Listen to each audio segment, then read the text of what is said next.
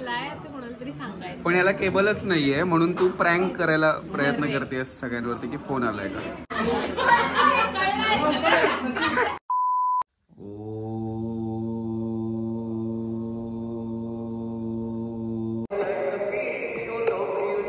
पहाटे 6 वाजता उठून योगा आणि जिम झालेली आहे. आता निघतोय मी शूटिंगला. भेटूयात डायरेक्ट आता सेटवरती.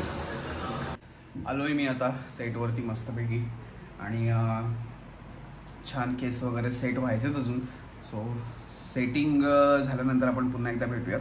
त्यानंतर लगेच स्क्रिप्ट वगैरे आलेले आहेत. सगळ्या पट्टापट आपल्याला प्रिपरेशन करायला सुरुवात करायला लागेल. लगेच सीन लागणार आहेत.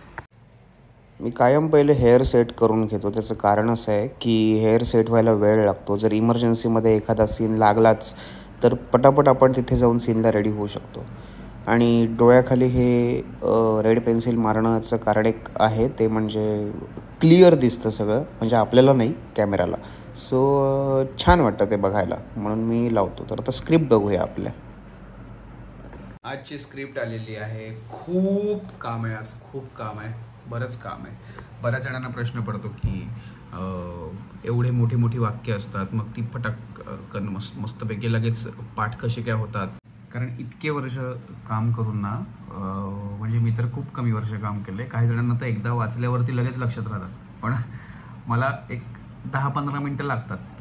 लगेच आपल्याला कळतं. जेव्हा दोघांच्यातच सीन असतो किंवा तिघांच्यातच सीन असतो तेव्हा फार कष्ट नाही लागत. लगेच आपल्याला ते टॉकी पोर्शन जे असतं ते कळत जातं. त्यामुळे एवढं काही ग्रेट टेन्शन येत नाही. कारण तुम्ही इमॅजिन करता भाषणासोबत, भाषण पाठ करताना पूर्ण कट टू कट फक्त आपल्यालाच बोलायचं असतं, त्यामुळे त्रास होतो. बट इथे डायलॉग्स असतात. समोरच्या वाक्यानंतर आपलं हे वाक्य हे आपल्याला आपल्या ब्रेनमध्ये फीड होतं. त्यामुळे एवढा काही त्रास होत नाही या सगळ्या गोष्टींचा. स्वतःला सतत फ्रेममध्ये बघायचं ऑब्सेशन माझं कधी जाणार आहे कोणास ठाऊक, पण मी बघत राहणार. आणि मस्तपैकी ऑर्डर केली आहे कंट्री बीनची हेझलनट कॉफी, कारण रेशमताईंनी सजेस्ट केली आहे. ही खूप कमाल कॉफी आहे. मी ह्याच्यातलं हेझलनट फ्लेवर ट्राय केलं आहे, पण ही सॉरी हेझलनट नाही, ही व्हॅनिला आहे कंट्री बीनची. सो आम्ही आता दोघं जण ही कॉफी जवळजवळ एक आठवड्याभरात संपवू. आठवड्याभरात नाही, आठवड्याभराच्या आत संपवू, इतकी कॉफी पिऊ. आता आम्ही आउटडोअरसाठी बाहेर आलेलो आहोत आणि तुम्ही बघू शकता ही सगळी टीम. तुम्हाला ऊन दिसत नसेल, पण ते ऊन आहे आणि ते टोचतंय आम्हाला. तरीसुद्धा सनस्क्रीन लावून म्हणा किंवा पुरेपूर काळजी घेऊन म्हणा आम्ही आउटडोअरला बाहेर शूटला येतो आणि तुमच्यासमोर तो सीन दिसतो.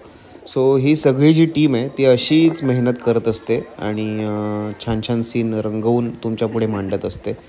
आणि सगळी टीम आहे आमची. बघा, हा सागर, हा आकाश, हे पवित्राजी, असे बरेच जण तुमच्यासाठी खास सीन करत असतात. हे जे इन्स्ट्रक्शन देत आहेत ते आजचे दिग्दर्शक आहेत सागर सकपाळ. आणि ते सांगतात की कसा सीन करायचा, कसं नाही करायचं, काय करायचं नक्की एक्झॅक्ट. सो एक सीन करताना प्रॉब्लेम्स पण तितकेच येतात, म्हणजे कुठेतरी गाडी आडवी येणं किंवा काय. सो हे सगळं आपल्याला सहन करून पुढे जायचं असतं. हा टचअप करतो आहे मी आता, कारण प्रत्येक सीनच्या आधी टचअप करणं गरजेचं असतं. अदरवाईज एवढा दिवसभराचा केलेला मेकअप जर का टिकवून ठेवायचा असेल तर टचअप इज मस्ट.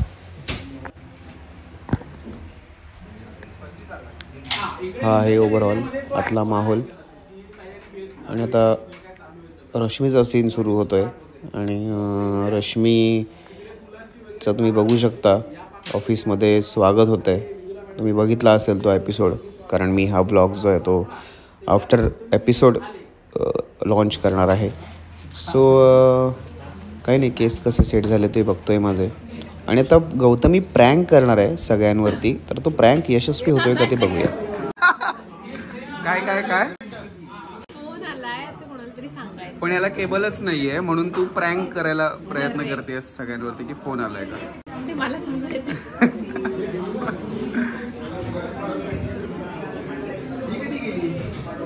स्नेहशील सर, काय म्हणणं आहे तुमचं ह्यावरती, हिच्या प्रँक वरती.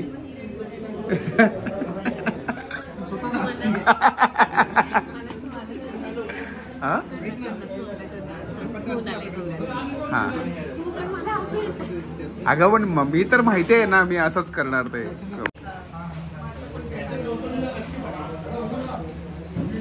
बघ ना, कुणीतरी सापडेलच ना. कुठेतरी सापडेल असेल.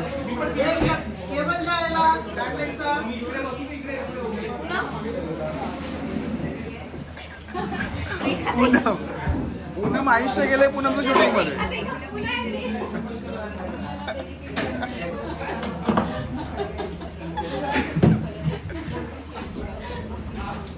नाही कोणीच नाही, शूटिंग लाईन वरच कुणीच फसणार नाही. हा रे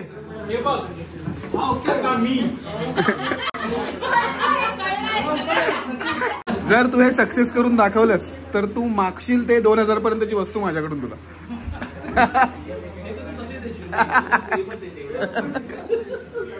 पण कर ना. हा हा हा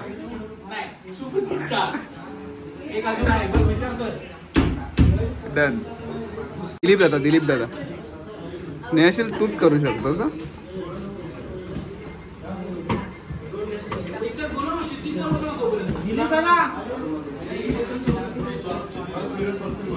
स्पॉट दादा, सपोर्ट दादा, इधर आओ. कोण आहे? दर्शन किती आहे?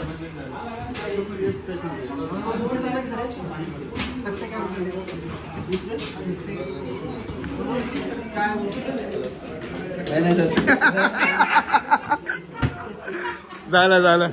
अभिनंदन, तुम्ही रश्मीचं स्वप्न पूर्ण केलं. तिच्या स्वप्नाचे भागीदार झालात तुम्ही आजपासून. काय वेगळाच राक्षसी उत्साह आहे का तुझा. सो गया ये जहां, सो गया आसमां, सो गई सारी